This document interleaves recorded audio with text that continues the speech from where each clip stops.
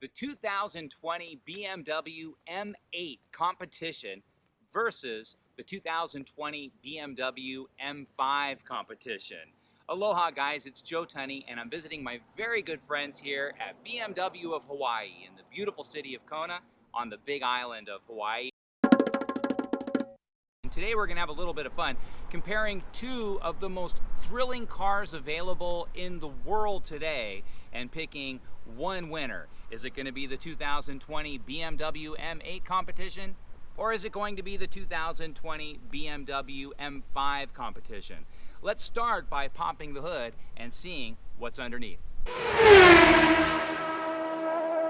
Now, whether you get the M8 Competition or the M5 Competition, you're going to get BMW's signature S63 V8 engine. Now, this is the evolution of BMW's N63. They used to call it the Hot V because both turbochargers are right in the middle of the V formation of the two cylinder banks.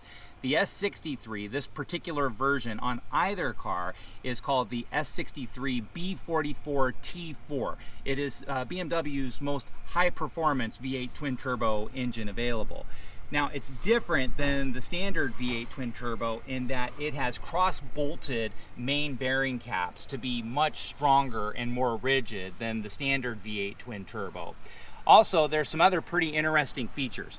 One of them is that on turbochargers, you hear all the time, 8 PSI, 10 PSI. Believe it or not, the S63 pumps out 25.9 PSI out of the turbos. The turbos are 0.2 of an inch bigger, and so that compression allows for a lot more force to be driven through the engine.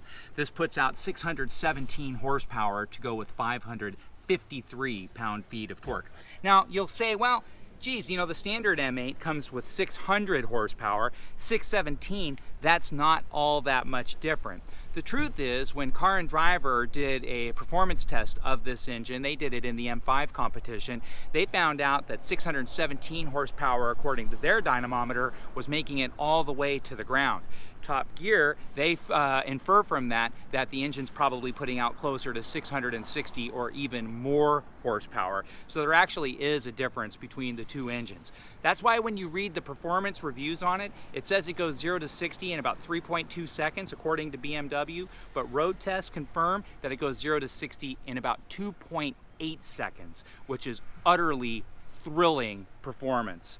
One other thing is that the fuel injectors themselves pump fuel through the engine at 5,000 PSI. That's more than double what the N63 originally did. And so the reason is that it makes for a shorter fuel duration. That burst is shorter and the atomization is more granular, so to speak, so that the burn is more complete. And it also avoids cylinder wall wetting. It's completely dry for longevity and for high performance.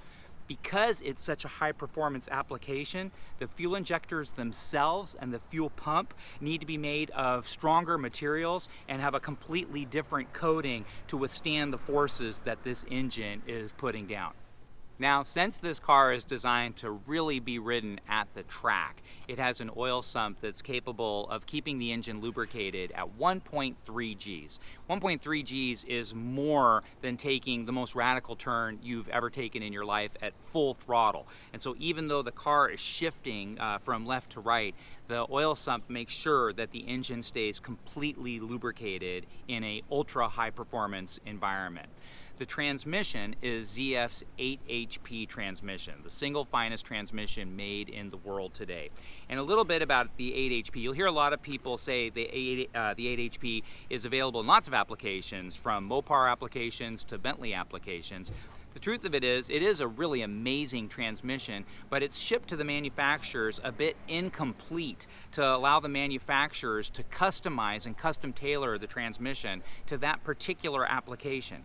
Well, that's a big deal in the M5 competition and the M8 competition because the settings of everything from the transmission shifting to the feel of the gas pedal to the handling itself, the steering itself, is completely customizable. And so BMW takes a lot of liberty making the transmission exactly the way they want it. And then it drives all of that power through BMW's xDrive all-wheel drive system. Now, I personally think the M8 Competition is just about the sexiest piece of merchandise I've ever seen in my entire life. I love the lines, I love the style. It reminds me actually of two of my favorite cars in the world when I was growing up. You'll hear people say this is the evolution of the 8 Series BMW, and numerically it is, but it doesn't feel that way to me. It feels more like the evolution of the 6 Series BMW from the early and mid 1980s. One of the sleekest, sexiest cars in the world. And you cross that with maybe a mid-80s Mercedes 560 SEC. Big and amazing and impressive. You knew right away when somebody pulled in one, this is somebody at the peak of success, both professionally and in their lives. And so this is the evolution of what I thought was one of the most magnificent eras in luxury cars, the 1980s. And this 8 Series just does it for me. However, I don't know if it does it for you. And so you guys leave the most amazing comments all of the time, and I would be thrilled to hear your comments. Do you prefer the M5 Competition? Do you prefer the M8 Competition? Or is there something completely different that you like or dislike that we haven't thought of in the video? Well, let's take the M8 for the drive. I haven't had a chance to drive one yet. This will be my first experience in one, and let's see how she feels. Now, if you get a chance to come out to BMW of Hawaii, right here along the ocean in Kona, you're going to realize it's just about the most cool and relaxing experience you've ever had looking at cars. And this is a car you're definitely going to want to drive, the M8 Competition. Heads-up display is very nice. You can feel the all-wheel drive modulating as it goes from a 50-50 bias to a larger rear bias, depending on how we're playing around with it. Now, we talk about some of the harder suspension settings. Also, it has super firm motor mounts. And so a lot of people go, well, you got firm motor mounts in the front and you have that ball joint multi-link rear suspension set up in the back. I bet it's the most bone-jarring ride in the world. And the truth of it is, it just feels like a sports car, but it's quite comfortable. The chairs are so darn comfortable in this car that even with that firmer ride, it still feels really nice.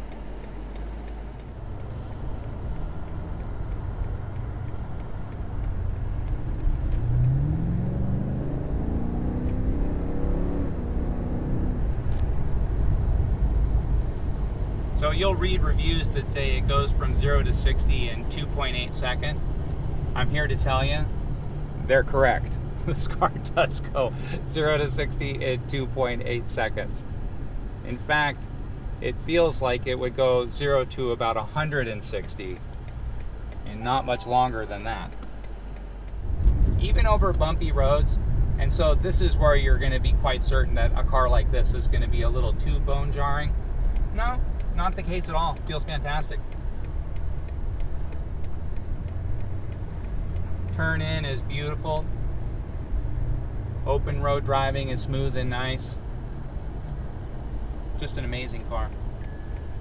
Now, any M8 or M5 Competition or otherwise is going to come with a McPherson strut front suspension. McPherson struts were actually invented by Earl McPherson during World War II, and he went to work for General Motors. General Motors actually didn't like the idea, and so he left and went to Ford. It was patented in the late 40s.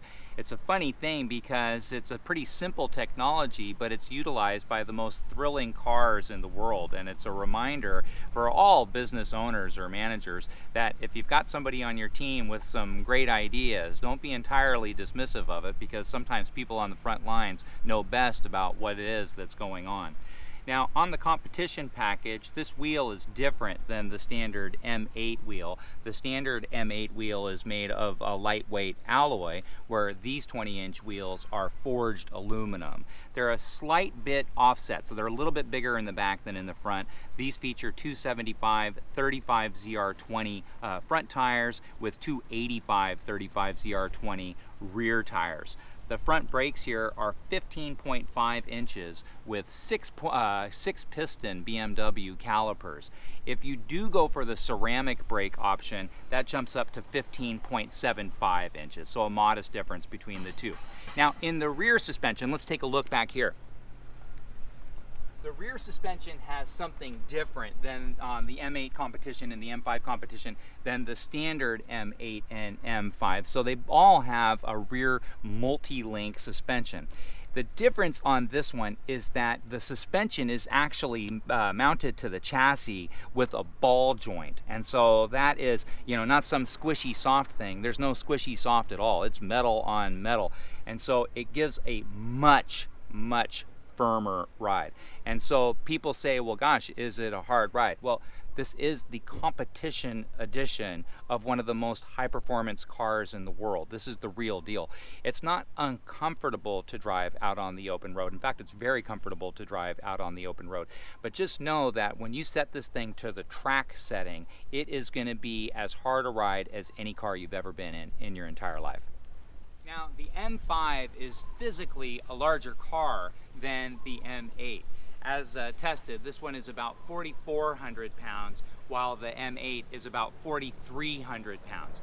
A couple of the other things that you'll notice, the wheelbase is much longer on the M5 Competition. This is better than 117 inches of wheelbase, while on the M8 it's just a little bit more than 111 inches. Also, the trunk space is different. On the M8, it's a little bit better than 14 cubic feet. Well, that's actually not all that bad given the sleek nature of the M8. But if we cruise on over to the M5, it's well over 18 cubic feet of trunk space. So much longer, or much larger trunk space for you and all your gear. Now, although this is an all-wheel drive car, the standard setting is a 50-50 front-rear split between the front-wheel drive and the rear-wheel drive. However, that can be changed all the way to 100% rear-wheel drive for the track setting.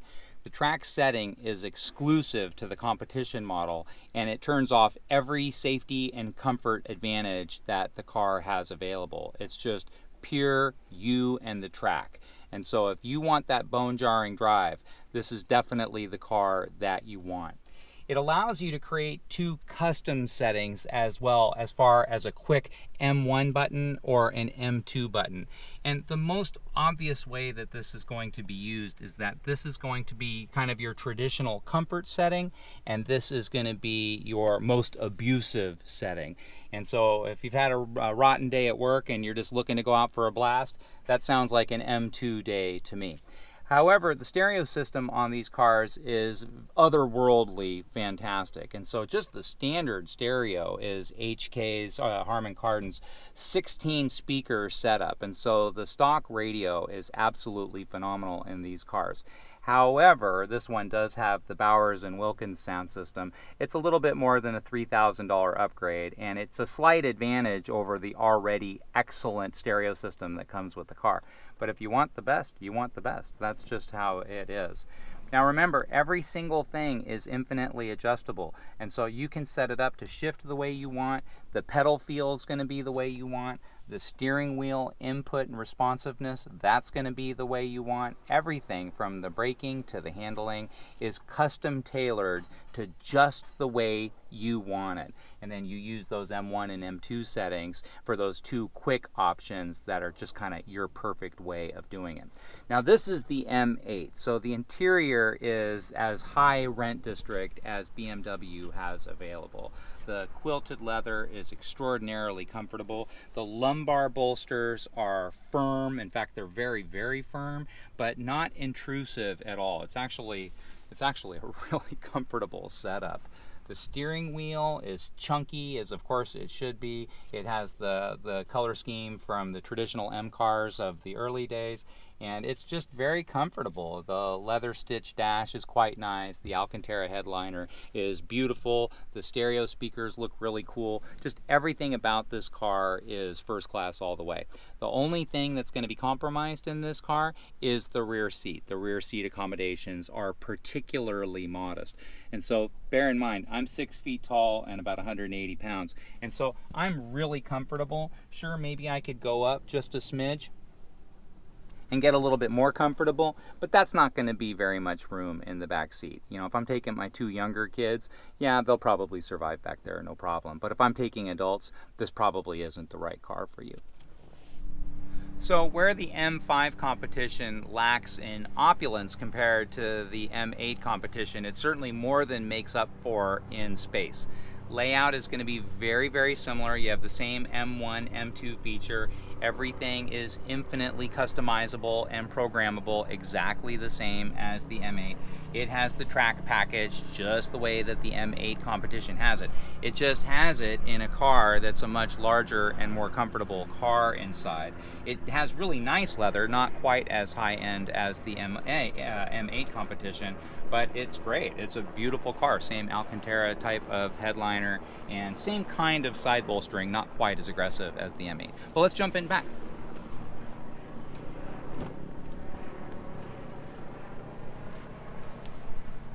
Well, this is going to be one giant deal maker option between the M5 Competition and the M8 Competition, is that this simply has a back seat. That 117 plus inch wheelbase allows for a ton more room behind the driver and front passenger.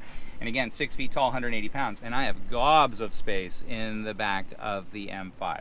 In fact, it's really comfortable with semi-theater style seating. So I'm sitting a little bit higher than those in the front. So I have pretty good visibility out the front windshield. So this is going to be a comfortable car, even for 4 adults. In fact,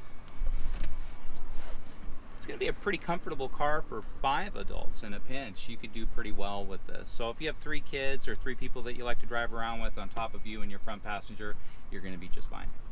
Now, both the M8 Competition and the M5 Competition sound fantastic. They both have really cool exhausts. And the exhaust system on each has a flap inside of it that changes how the exhaust sounds depending on how you're driving it. But I want to turn the car on and you can hear it with your own ears and see how it sounds for yourself.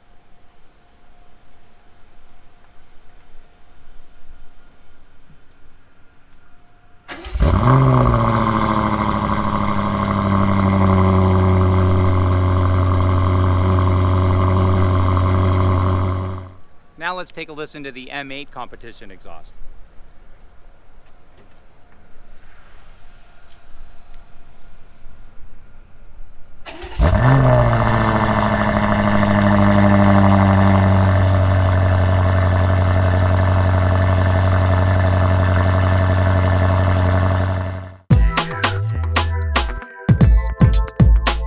About 20 years ago, PBS did a documentary about the motorsports, or M division, of BMW.